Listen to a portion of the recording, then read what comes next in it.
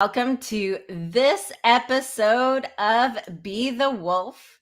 We're talking about nature versus nurture today, that age-old argument. I'm here with Kerri Sanford. She is the Medicare Maven. She's hitting into her high season right now. Medicare enrollment just opened up.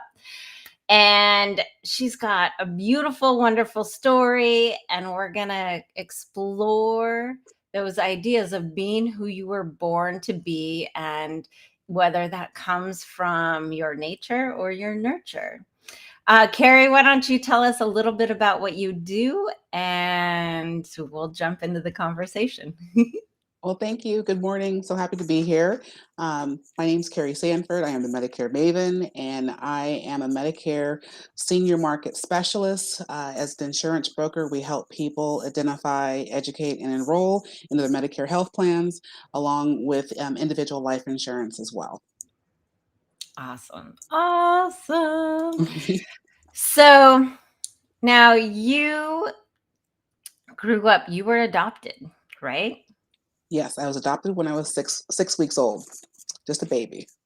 Just a baby. And when you were growing up, it's so curious. I know a handful of people, and some of my clients are adopted. And there's always that argument about, do you tell them when they're young or do you wait? So how old were you when you knew that you were adopted? That is an interesting story. So apparently, my family shared that over and over with me when I was little, but I really couldn't comprehend what that meant. And so my older sister, who was adopted, we were playing and got into a little tiff, and she said, "Well, you're adopted." So then I went to my parents and asked, "What does adopted mean?" And then they explained it again. So I was probably around 8 or 9 at that time, I think. Yeah, so Okay. that's how it came. The dots kind of connected at that age when they shared with me what adopted really meant. But for me, I Okay. didn't know anything different, so my family is my family. Yeah. And I feel like most of my people that I know that are adopted, that's sort of the thing. I think one of my friends, her family framed it as, we chose you. And, um, which is a beautiful way. And it's always, I think that's a really tough thing for parents, is to figure out, when do you tell the kids? When do you actually help them fully understand?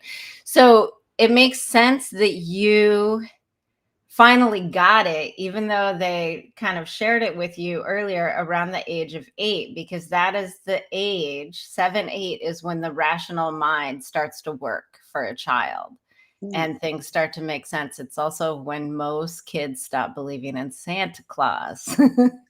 Oh, wow. Wow. Okay. Right? Yeah. Because before that, everything is magical. It makes perfect sense that Santa could come to every single house, Right. In one night. everywhere in the entire world in one night, eat all the cookies. Right. Right. Okay. Interesting. Um, I didn't know that was the age. Yeah. yeah, so about 7 and 8 is when kids start to go, wait a minute, that doesn't make sense. So, okay, and you, as you grew up, you told me that you didn't necessarily feel like you always belonged. Can you tell us a little bit about that? Yes, growing up, and I would say more so when I became like preteen, going forward. Didn't I didn't look like people necessarily in my household. I didn't personality traits were different. And so in some situations it was kind of like trying to fit a round object into a square object, right? And Mhm. so I didn't feel, yeah, like I necessarily fit in. And So it was kind of interesting, how I just adapted in different ways, right? And as an adult, I can look back and see a little bit of where my people pleasing comes from. That was a way I think I adapted to fit in. But yeah, that was Definitely how I felt in certain situations, like family reunions. Even though my family is my family, when we'd have reunions every other year, and hearing the rich family history, and I would always be looking around the room and say, "Are they looking at me?" Because it's not my history. That's how I felt. So Mm. yeah. Mm. So what were some I'm curious, what were some of the personality traits that you saw in your family versus you had within yourself? What were some of the things that just didn't quite fit? So I have been since day one, as far back as I can remember, a risk taker. In my personal life, in business. You mentioned earlier when we were talking offline about maybe it was generational too, as far as when I would have a position at an employer, I was always looking for the next promotion after promotion after promotion, and looking for new opportunities either that gave me more leadership or more an increase in my pay, learning something new. I was always doing that, and my mother, it was scary for her. She's like, "Why, don't lose that good job. Don't do that. Why are you trying to do XYZ? Why aren't you happy?" type thing, and don't lose that good job and those benefits. It was always coming from a place of fear, and Right. I was always trying to grow in all aspects of my life. So were your siblings, did they have that growth mindset? I had an older sister that I was raised with, and we both were adopted. And in retrospect, she stayed within the mold, stayed within the box, and went to college, became a nurse, and stayed on that track. And I was kind of in financial services, but always trying to move forward. Yes. Yeah, it's interesting. And with the people that I work with, so many of them, because they wouldn't end up with me if they didn't have a growth mindset and looking to actually become who they are and step into careers that really align with who they are. And there is this common thread of I wanted more. I wanted to do more, be more than my parents or my mom. And so much of it is the mom. The mom is often so scared. And I think about what is Mhm. handed down generation to generation. And, we think about people that grew up in the Great Depression and beyond. And before that, it was always so much that as women, we needed to marry so that we would be provided for and safe. Yeah. And because there wasn't really much work out there for women, you could be a secretary or a nurse or a teacher, was pretty much the gamut of what you could do. And to risk that safety, I think is very Mhm. scary for a lot of women, particularly our parents' age. And to see our kids take those risks is incredibly scary because I think there's two sides of it. I think for a lot of the parents, a lot of the moms, it's like that. Oh, I really wanted to do that, but I had to play it safe. So there's in some families that creates a resentment, sort of resentment between mother and daughter. And in other families, it's just you're too terrified because they chose to live from fear and you Yeah. choose to live from expansion, keep stepping into that expansive place, which I love. Um, Yeah, I can what totally was recognize that. Like, I can recognize that as an adult in my mother. She was coming from a place of fear and resentment in certain areas. Yeah.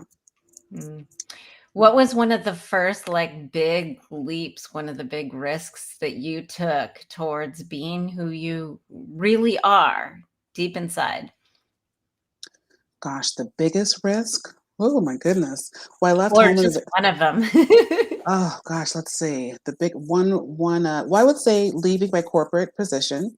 I'd been with a bank for almost 14 years, I think almost 14 or 15 years. And I was in a high management capacity, making six figures, and left it for entrepreneurship. Yeah. So that would be the biggest, I think, the biggest leap that I made as far as risk, and didn't look back. And I'm so thankful and grateful that I did. In hindsight, I'm like, I wish I had done it sooner, but everything happens as it should. But Right. leaving a corporate position to start my own business. And that is a huge risk. And I'm curious, how did your family that you grew up with feel about that? Oh gosh, it's funny that you ask. So I didn't tell them for 6 months. So I waited until I had traction and success, and then I was like, oh, by the way, I left my position with the bank, and this is what I'm doing now to help people with insurance. They were like, "If you lost my mom, if you lost your mind?" But no, but I can show you. This is how many hours I was putting into to working for someone else, and here I have flexibility and control of my own day and time, and I know that I really am helping people, and I'm can make the same amount of money, if not more. So yeah, it took Yes. me a long time to get the courage to share that with them. I totally get that. I was like, I totally get that. I mean, I shared my journey with my family of on along the way, but I'll tell you, when the money is low and it's like, I don't want to talk to my grandma. Like, Exactly. the first thing out of her mouth every single time I talk to her. So you're paying your rent, you're paying your Right. bills, everything is Right. great. I'm like, I don't want to tell her when that doesn't happen because as an entrepreneur, sometimes there's a Oh little, yeah. especially in the There's beginning. dips in the valley. And we've Yes. learned from them, you have to, because it's all on you when you're an Yes. entrepreneur. So it isn't that place of safety and security that so Not many at all. people's families want want us to lean into. And so you eventually, and not too long ago, found your birth family, and that answered some questions for you. Would you want to Yes. share a little bit about that? Well, yeah, and the journey continues. So during the pandemic, I finally did the ancestry.com kit, and it took forever for it to come back because of the pandemic. But I was working with a friend of the family who was into genealogy, and he helped me find my birth mother without ancestry.com. And that story is a whole nother episode of your podcast, because that term, that phrase, 6 degrees of separation, my biological mother and I were separated by six different people in my journey. So it's very Interesting. interesting. Yeah, but I was able to meet her, and we visited, in person, and we have developed and continue to develop a relationship. But coming together, though, to finally look at someone and see myself physically in them was um, amazing and overwhelming. Yes. And then Yeah, just recently, in the last probably 2 months, I found my biological father as well. So I've got siblings. I've got a huge family of aunts and cousins, and where I didn't come from a large family, um, my biological family is is immense, and so I look forward to meeting everyone and developing relationships from there. it's interesting because I didn't know my father. My father took off when I was a couple months old, and I looked for him when uh around 1999. I Okay. did US search and I couldn't Hmm. find him. And then I think it was the next year, it was 2001. I did it again on on a whim, and I found him. And when I finally met him, he and I, my mom and I don't look very much alike, but he and I look exactly alike. And Yeah. And if you shave the beard, which he has had since he was 19 years old, but I have one photo of him before that, and it's like, it's Oh. freaky. It's freaky how exactly the same we look.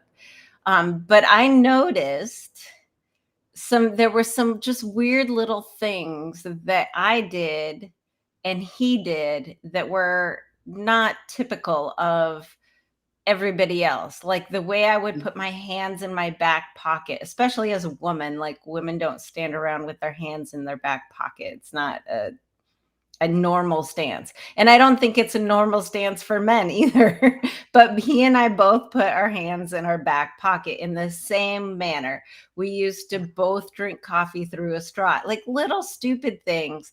So, and I don't know exactly what that is as Mm-hmm. far as, but you started to notice things that made sense with your biological family about your personality, about things you wanted to do in your career. Can you share some of that with me? No, absolutely. When I met my mom, Karen, I found out that she was an entrepreneur. My grandmother, her mother was an entrepreneur. Great grandmother was an entrepreneur. My mother was in financial services. She worked for a bank like myself. My grandmother was an insurance broker back in the day. So same type of careers. My mother was smart in school. I was, learning came easy for me. Um, and then just as far as we laughed the same. So that was very interesting when we met in person. It was like, oh my gosh, I'm looking at myself and she's laughing, I'm laughing, and we're doing it the same way. Um, and so that was very interesting because that was, we weren't around each other. So that wasn't a learned trait. So, nature versus nurture. That was very interesting. Meeting one of my cousins, he shared with me just the history of different parts of the family, that we come from strong people and we are overcomers. And that's my entire life. Hmm. You know, Giving up, not that I don't feel sad or get down, but it's like, okay, had the cry, let's move forward. What are we going to do to move forward and make this better? So I stand on strong shoulders of women and men who had no option but to overcome and keep on moving forward and persevering. So, and that's my theme song. Yeah, I mean, I love the conversation about nature versus nurture because so much of it does come from, in my opinion, comes from what you grow up around, what you see. When you are the age, pre-rational, 7 years old, you are like a little sponge. You're like a little raw database. You soak up everything and it's all there. It's all in your unconscious mind. And it is what basically is sort of your bone structure almost of how Mm, you operate in the world. But then we think about you also, as a fetus, as a baby, when you're in the womb, you feel every emotion that your mother feels mhm, because I mean scientifically when you have an emotion it releases a chemical set of brain chemicals that flood every single cell in your body. Your mind and your body, they've proven it with science, are 100% connected. So every thought you have affects every cell in your body. So that's why mm, people talk so much about trying to have a positive mindset and why it's so important to like feed yourself positive information and not watch the news 24/7. You can watch the right. news, but don't do it 24/7 because you're just feeding yourself negative information. And every time you think about those things, it floods and affects every cell in your body. So in the womb, you experienced everything that your mother experienced. And as Mm-hmm. a woman, your mother's eggs were in her fetal self when she was inside your grandmother. So half of your DNA, basically, the egg portion, also felt and was affected by everything your grandmother felt and saw and experienced and thought. So it makes perfect sense to me that although you had your biological family and you soaked up all of that information, but even before that, you soaked up 2 generations of feelings, thoughts, and experiences, Wow. When you say it like that, that's amazing. right? So Yeah. that is what causes me to believe. My assumption, my opinion is based on a little bit of science, but it's so fascinating for me when I meet people who were adopted because I start to see that sort of similar thing where there is this piece of their biological family and Hmm. also the piece of their adopted family. So bringing the two together, which gives you a very unique experience and being able to create and be who you are. What are some of the gifts that and you might not have, because you haven't known your biological family for too long, so you might not have been able to put this together quite yet, but what are some of the gifts that you received from your family that raised you that maybe some of your other biological family members did not get? Oh, that's good. Um, I would say my biological family who raised me, a a gift is they encouraged me to, when I would come to them saying I want to do XYZ. So I was that child that was overscheduled. I learned how to play the piano, the guitar, the flute, the clarinet. I was always trying new things, right? So they allowed me to do that. So even though maybe my mother was scared and it made her feel uncomfortable, they encouraged me and made it possible for me to be exposed to so many different things. And from learning and meeting my biological mother, I haven't met my father yet. Um, we've spoke on the phone and text, but we haven't met in person. But for my mother, I know that that wasn't the case for her necessarily. So, Mm. so I definitely appreciate. I was given the opportunity to be exposed to so many different things so I can find out what I liked and where I excelled, and to hopefully make me a round person. Right. And so what I see in that that's really cool is that your mom who raised you, Hmm. she stepped through her own fear for the benefit of you, which is really Mm. cool. And because of that different viewpoint, it probably allows you to, knowing what I know, and the stuff that I break down in people is the stuff that keeps their vision sort of narrow. So it sounds like one of the gifts that you really received was a wider expansive view of the world, which will allow you to be more successful ultimately, because you had that um, your biological family's view ingrained in you, during the womb process and the birthing process. And then you had another viewpoint that was also ingrained in you, which allows you to understand and see the world in a wider perspective, which always allows for more freedom and success, in my experience. I can see that. Yeah, and I've always been. I'm thankful and grateful. Everything happens for a reason, and definitely thankful and grateful. So, what led you? You took the entrepreneurial leap. Mhm. What led you to really want to make that leap? Because this is where we really get to be like, okay, I've been working for somebody else, and now I really want to do what's true and right for me. So, what led you to take that step into really being the wolf? Well, I love to help people. I was raised in an environment where, we volunteer. When a friend or someone needs help, we help them. And so I loved what I did growing, in the corporate world. But it got to a point where I wasn't having fun and I wasn't feeling that I was really able to help people how I wanted to help them because of the corporate structure. And at the end of the day, it's all about, the ROI and money and maybe not Right. what's right for the client.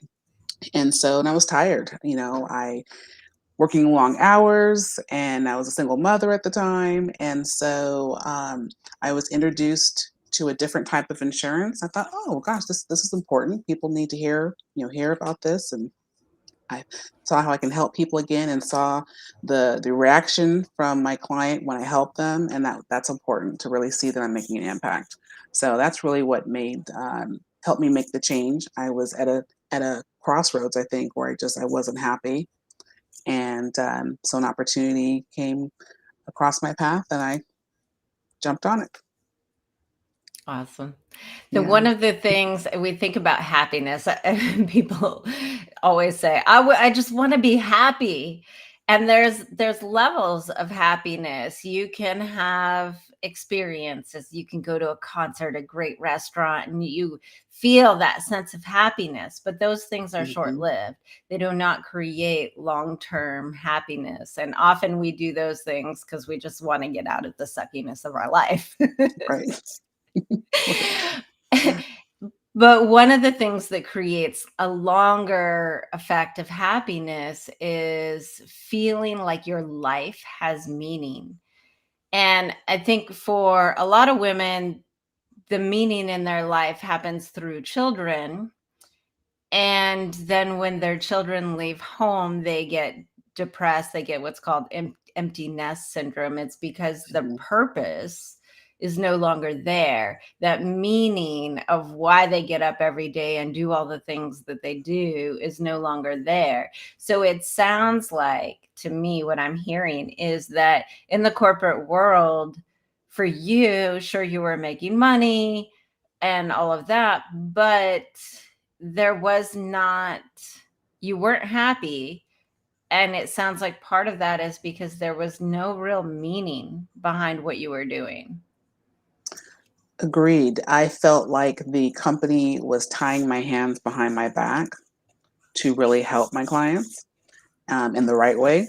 And so I started even having physical symptoms, and my health was not well. And I was like, this is not good. And so I didn't feel I was making an impact. And yeah, I made that leap, and I'm so thankful that I did. Like I said before, I wish I had done that sooner, but it's in God's timing. But I know a lot of people. I know a lot of people that are in that situation and feeling stuck, but not sure what to do. Fearful of making changes.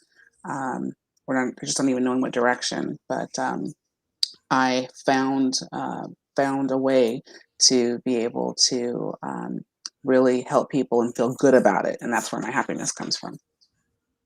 Yeah, exactly. It's like that purpose, that reason for Hmm. moving forward. And the thing is when you have a purpose like helping people, and for you it's navigating some of the craziness of Medicare and insurance and all of those things, which are I know I just got my thing for my medical insurance and I'm like, I don't even want to look at it because I don't want to have to read and try and figure out which is the best plan because Right. it's just like, ugh. It's boring, Like, right? And most people don't it's, look at it. They they just roll it over. yeah, that's exactly what I did. That's exactly what I did. And I know I probably need to sit. I have Yeah. so much on my plate as an entrepreneur to actually do that. And so somebody like you to help people navigate through that is seriously a godsend. No, I love it. And my clients, they tell me, "Thank you. I appreciate you." And so that makes me feel good that I know that I'm making an impact. Yeah. I mean, and it is, even if it's just for somebody trying to figure out, what would you say, trying to navigate that system on your own, being, if you were real smart Mhm. and, could stomach reading all the boring stuff. Right. I how, how long, how many hours to make a wise, educated, best for you decision would it take the average really smart person that can stomach reading all the boring stuff without any oh, help, would you oh guess? gosh. Oh, many hours, unfortunately. It doesn't matter Ta- if you, I mean, many hours. I mean, Take eight a wild hours, guess. eight Eight? hours plus some, perhaps, depending on how quickly you read and how familiar you are with a computer. If you're doing it online, that adds a whole nother technology, a whole nother layer of potential barriers. Right. Yeah, yeah. Yeah, and But a lot of people. Oh, yeah, I was just gonna say a lot of people who are older have trouble I, navigating the yes, computers and the technology and all of that, so, and I know that can just stack, like, 10, 12, 20 more hours on top yes, of. I have clients that struggle with, like, the technology, and it's just like, so, and the reason why I wanted to put sort of a quantifiable number to that, because if you think about, and having to do that probably every year because everything changes, right? yes. So you think about spending 8 or more, and that's, Hmm. like I said, we were trying to pick out a number of somebody that can read through the boring stuff. So if you Hmm. can't even handle reading through the boring stuff, you're probably going to double that number. So Right. 16 hours of your life, 16, 8, 10 to 20 hours of your life, basically. How Each much year. is that worth to you every year? How much is that worth to you? When you think about, that's half a week's wages, how much is that worth to you to have somebody to help you navigate that and know and feel confident in the end that you have made the right choice for you? And being the wolf is all about making the right choice for you. So that's an incredible, powerful gift. You are giving people back time that they could be spending with their family. They could be going to concerts and getting those wonderful Mhm. short term happiness, fun meals, and all Right. of that. So Yeah. it's a Yeah. I didn't think beautiful, about the hour, beautiful how many thing. hours that is, but you're right. Yeah. Yeah. No, I find joy in it. So So, okay, a little bit more about this nature versus nurture thing. And, as you're getting to know your biological family, you, of course, know the family you were raised with. What are some of the, besides the entrepreneurship, what are some of the other things that were markedly different between the two that you collected maybe a little bit of both? so as far as my mother's side, I just I've noticed just the difference in perhaps what we were exposed to and perhaps the environment that we were raised in. It's very interesting. We even with my biological father, we were in similar areas, cities. We went to the same schools, which Hmm. is very odd. And I'm sure probably in some time our paths may have crossed and just weren't aware of it. Um, but as of right now, I can say just maybe how the environment that we were raised in and what we were exposed to definitely is we're different. It appears to be. Hmm. Um, yeah. So O- Okay, so again, I'm bouncing a little back and forth mhm, here, but yeah. going back into knowing what you were meant to do, when you took that leap, was there a pivotal point that you were like, okay, this is it? I mean, you talked about the health. I mean, that's a big thing. When we are denying what is right for us, our health starts to suffer. That's one Mm, of the consistent things I see over and over with my clients is the wake up call to actually start taking care of and doing what's right for you is a health crisis.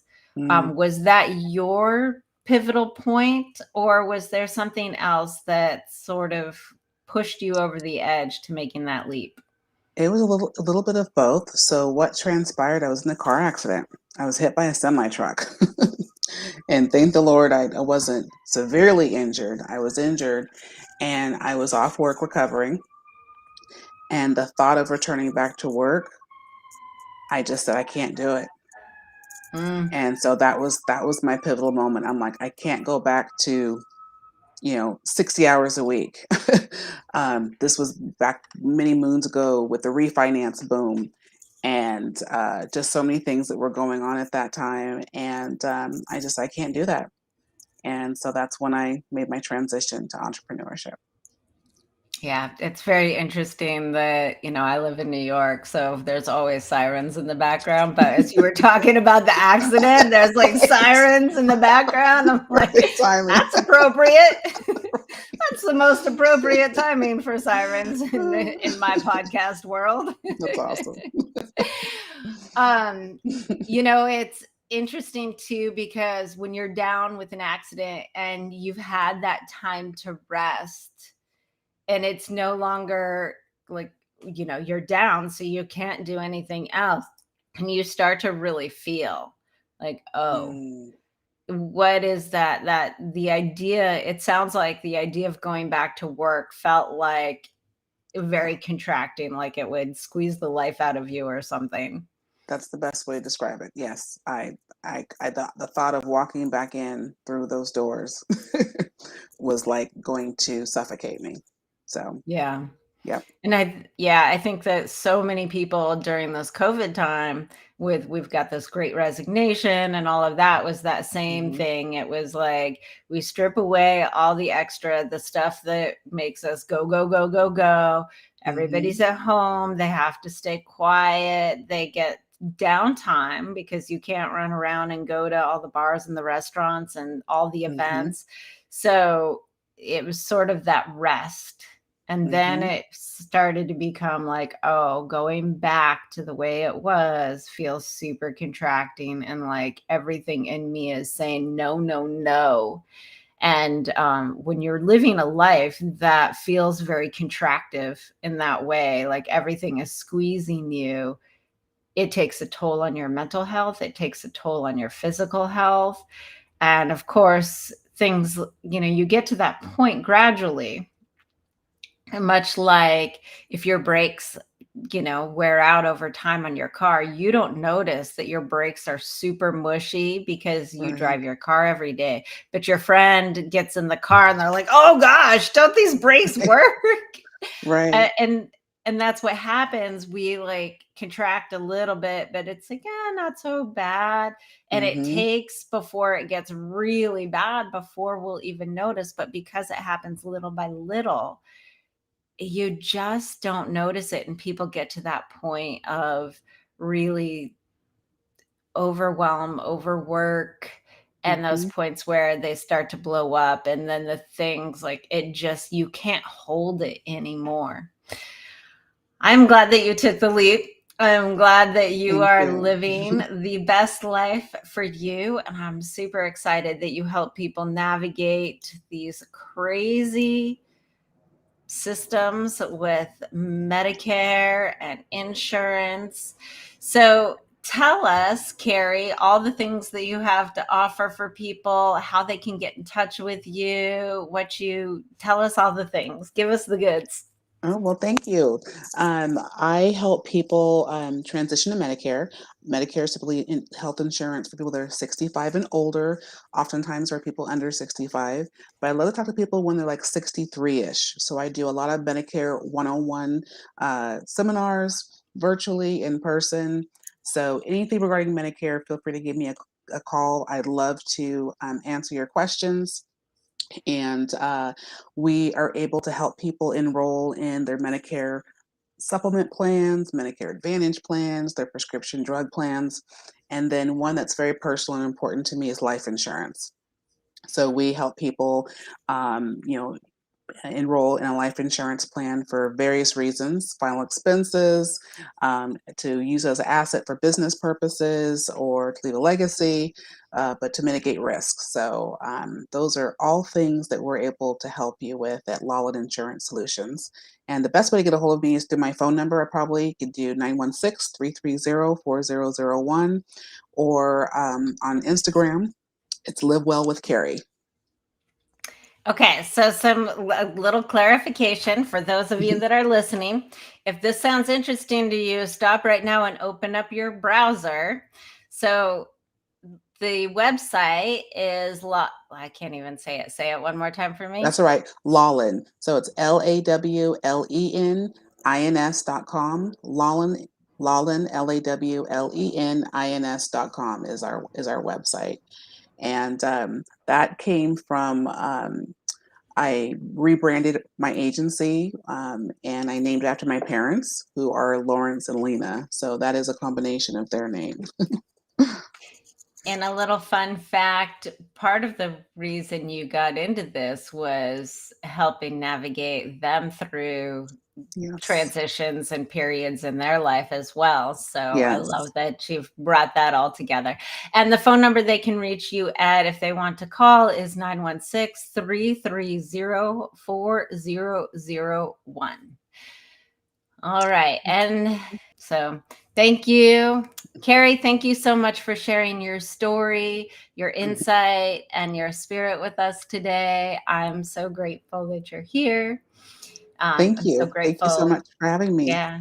Yeah. And I'm so grateful for the work that you're doing out there in the world. It's so challenging to navigate those systems. So thank Thank you. And for all of you listening, we will see you next week. Thank you and goodbye.